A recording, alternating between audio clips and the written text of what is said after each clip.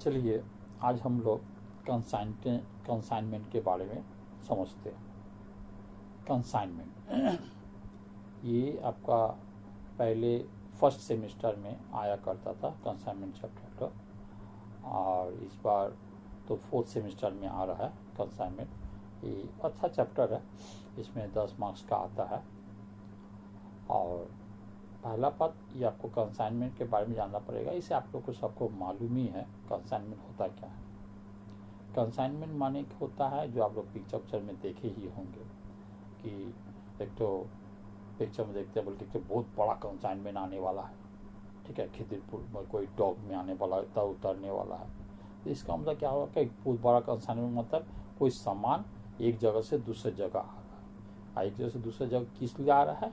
क्योंकि वहाँ पर बेचने के लिए, जैसे मान लेते ब्राउन शुगर आ रहा बोलता है ना, चरस गांजा आ रहा वहाँ से डॉक में आ रहा, तो वहाँ से क्या उसके एजेंट लोग उसको ले लेते हैं और लेके अपना फिर बेचते हैं और अपना कमीशन बांटते हैं। ठीक उसी तरीके से ये कंसाइनमेंट जो है, तो एक्चुअली कंसाइनमेंट क्या है?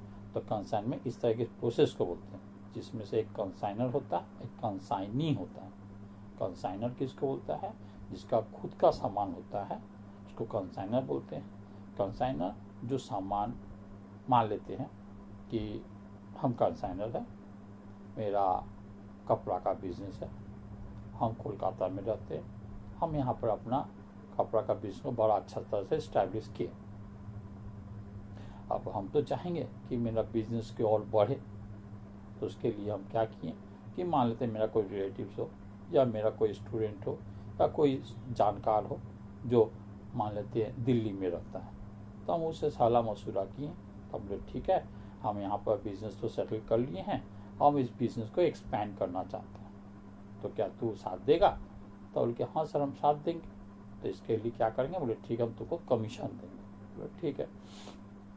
तो हम जो भेजेंगे माल, तो हम हो गया कंसाइनर, और वो जो बंदा जो मेरे स्टूडेंट हो या जो भी एजेंट हो या जो भी है जो दिल्ली में रहते हैं या बॉम्बे में रहते हैं, जहाँ आप सप्लाई करना चाहते हैं, उसको होता है कंसाइनी, जो रिसीव करेगा।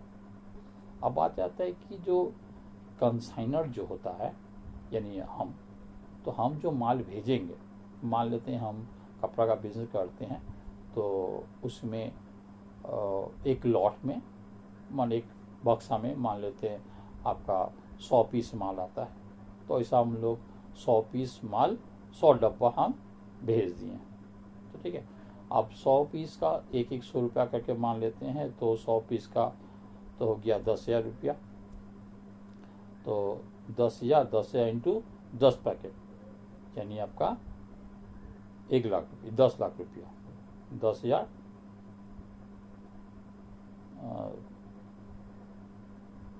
10 लाख रुपया। तो अब हम लोग का बात आ जाता है कि इतना माल हम भेज देंगे, तो जिसको भेजते हैं इसको बोलते हैं हम लोग स्टॉक, यानी इसको हम मेरा पास जो है इसको हम लोग होता है गुड सेंटर कंसाइनमेंट। ठीक है, तो हम माल भेज देंगे, तो माल जो भेजेंगे तो इसका जो मेरा कॉस्ट पड़ता है, ठीक, उसका यहाँ से जो मान लेते हैं यहाँ पर ट्रेन से भेजेंगे, तो यहाँ से जो स्टेशन तक का जो खर्चा है इसको हम लोग बोलते हैं कैरेज। यहाँ तक स्टेशन तक गया, वहाँ पर माल लोडिंग किए, उसको जो लोडिंग करते हैं उसको बोलते हैं अपलोडिंग, ठीक है, या इनलोडिंग बोल दिए, तो उसका एक खर्चा हुआ। उसके बाद जो माल मेरा यहाँ से जो दिल्ली जाएगा, उसके बीच में कुछ भी तो हो सकता है, उसके लिए क्या कर हम उसका इंश्योरेंस करा लिए, और तो इंश्योरेंस का खर्चा। उसके बाद ये माल आपका 2 दिन बाद या 3 दिन बाद जो भी है वहाँ पर दिल्ली पहुँचा, तो दिल्ली पहुँचने के बाद जहाँ उधर से उतारेगा तो उसको बोलता है अनलोडिंग। ठीक है, अब अनलोडिंग होने के बाद वो जो मेरा स्टूडेंट है या जो मेरा एजेंट है उसको लेके अनलोडिंग करने का जो खर्चा वो दिया, फिर वहाँ से वो अपना गोडाउन तक लेके गया, गोडाउन का जो भाड़ा वो दिया, फिर गोडाउन का जो भाड़ा, गोडाउन का हर बार जो रेंट लगता है तो भाड़ा है वो देगा। अब जो भी वहाँ पर जो भी खर्चा है, ठीक है, वो फिलहाल वो किया, और जो भी खर्चा है वो हम बियर करेंगे, सारा का सारा खर्चा, वो गोडाउन का भाड़ा ले या कोई दुकान भाड़ा ले, ठीक है, जो भी खर्चा सब हम बियर करेंगे। तो उसको क्या फ़ायदा? उसका ये फ़ायदा है कि उसको कमीशन मिलेगा। तो मान लेते हैं कि हम दोनों से बात हो गया, ठीक है, तुम जितना बेचेगा उसका उसको 5% कमीशन हम देंगे। ठीक है, चलो ठीक है, 5% कमीशन मान लेते हैं। 10 लाख का माल भेजे हैं तो 10 लाख का 5% कितना हो गया आपका? 50,000 रुपया। तो यानी 50,000 रुपये उसको फायदा हो जाएगा। ठीक है, यानी उसका बेचने के बाद मैंने पूरा माल बेचेगा तो पूरा कमीशन उसको मिल जाएगा। अब पूरा माल नहीं बेचा, जितना रहेगा, जितना सेल करेगा उसको ऊपर में कमीशन मिलेगा, ये तो आपको मालूम है। बात रहती है कि अपना चल रहा। अब बीच में मान लेते हैं कि अब हम बोले कि या वो बोला कि सर यहाँ पर बहुत जन हैं जो लोग उधारी मांग रहा है। तो हम लोग देखो बाबू, उधारी मांग रहा, तुम देगा तो दे सकता है, किंतु उधारी का यदि बैड डेट होगा तो तुम समझेगा। तो उसके लिए कि यानी मेरा तो सेल बढ़ेगा, तो इसके लिए तुम्हें को क्या करेंगे, इसको डेल क्रेडिट कमीशन देंगे, यानी एक्स्ट्रा कमीशन को बोलता है डेल क्रेडिट कमीशन। तो मान लेते तुम 5% था, 2% एक्स्ट्रा देंगे, यानी 7% देंगे। तो अभी जहाँ पर तुम्हारा मान लेते हैं 10 लाख का माल बेचता था, अभी मान लेते 12 लाख माल बिका या 11 लाख माल बिका, जिसके ऊपर में तुमको कमीशन अपना मिलता रहेगा, यानी 7% मिलेगा। अब बात आ जाता है कि जब ईयर एंडिंग होता है तो ईयर एंडिंग में तो सब अपना स्टॉक मेंटेन करता है, पता करता है कि कितना माल स्टॉक रह गया, कितना है या कितना बिक गया, सब मेंटेन करता है। तो हम जो कंसाइनर है तो हम अपना तो स्टॉक मेंटेन करेंगे ही, साथ साथ कंसाइनी का भी स्टॉक मेंटेन करेंगे, क्योंकि मेरा पूंजी फंसा हो, हमको तो सारा खबर रखना पड़ेगा ना, कितना क्या जा रहा नहीं जा रहा सब कुछ। ठीक है, अब मान लेते हैं उसमें से मान लेते 100 बैग भेजे थे। ठीक है, 100 केस भेजे थे, जिसमें से मान लेते हैं 2 केस बच गया।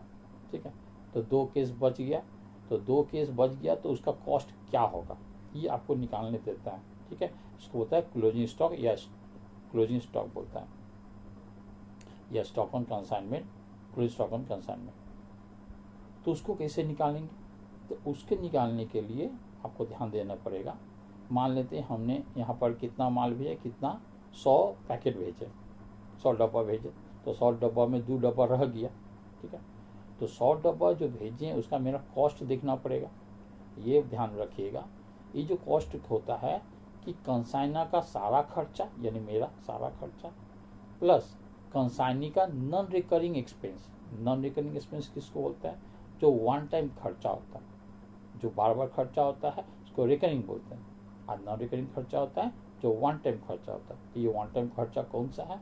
जब वो स्टेशन से गाड़ी से माल अनलोडिंग किया, एक तो खर्चा, वहाँ से वो गोडाउन में लेके गया, एक खर्चा। ठीक है, तो वहाँ पर आप गोडाउन, तो ये वन टाइम खर्चा, तो वन टाइम जो खर्चा है उसमें जुड़ा जाएगा। तो मेरा सारा खर्चा और उसका वन टाइम खर्चा यानी नॉन रिकरिंग खर्चा जो उसमें जुड़ा जाएगा। जुड़ने के बाद मान लेते उसका दाम कुछ भी, एक तो मान लेते हैं आपका मेरा दाम पड़ा था से 1 लाख रुपया और उसका 20,000 रुपया पड़ा, चाहे 10,000 रुपया पड़ा, तो 1,10,000 हो गया।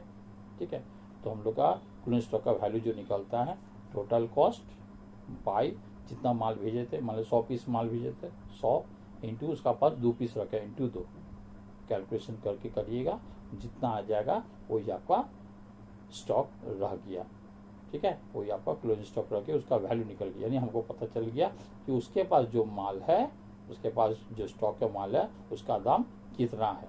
क्योंकि हम उसको जो भेजेंगे, आज मेरा जो कॉस्ट है, एक कपड़ा का दाम मान लेते 100 रुपया है, तो हम उसको तो 100 रुपया नहीं बेचा, हमको तो मालूम मेरा 100 रुपया दाम है, किंतु उसको हम बोलेंगे तुम 120 रुपया बेचो या 130 रुपया बेचो या 150 रुपया बेचो, इसके तो मार्जिन दे दिया, उसमें अपना बेचेगा।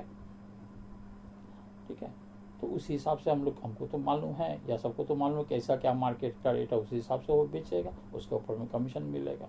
किंतु उसके अनुसार उसके पास जो है, मान लेते 100-150 रुपये का बेचना है, तो उसके अनुसार तो 150 है, किंतु मेरा अनुसार उसका कॉस्ट कितना, 100 रुपया, क्योंकि मेरा कॉस्ट पड़ा 100 रुपया, किंतु कॉस्ट का 100 रुपया एक्चुअली नहीं हुआ, क्योंकि इसमें मेरा खर्चा जो सारा रिकरिंग, मेरा जो खर्चा टोटल खर्चा प्लस उसका नॉन रिकरिंग खर्चा वाला जोड़ के कैलकुलेशन जितना आएगा वो आपका क्लोजिंग स्टॉक रह जाएगा। यही है कंसाइनमेंट का निचोड़। इसी में आपको ये निकालने तक स्टॉक रेट निकालने तक वो आपको दिमाग में रखना पड़ता है। तो एक समझ में आया?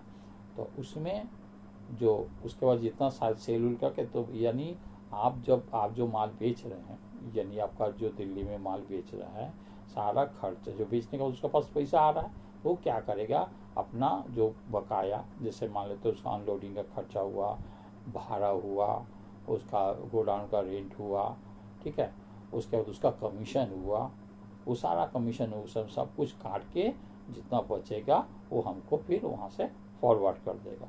यही है कंसाइनमेंट का निचोड़। अब इसमें कुछ इधर उधर करके कुछ बातें होगा उसमें निकालने के लिए कि मान लेते आपका गोडाउन में आग लग गया तो एक तो वाला निकालना पड़ता है, अलग बहुत सारा कुछ उसमें क्वेश्चंस ऐड होते रहता है।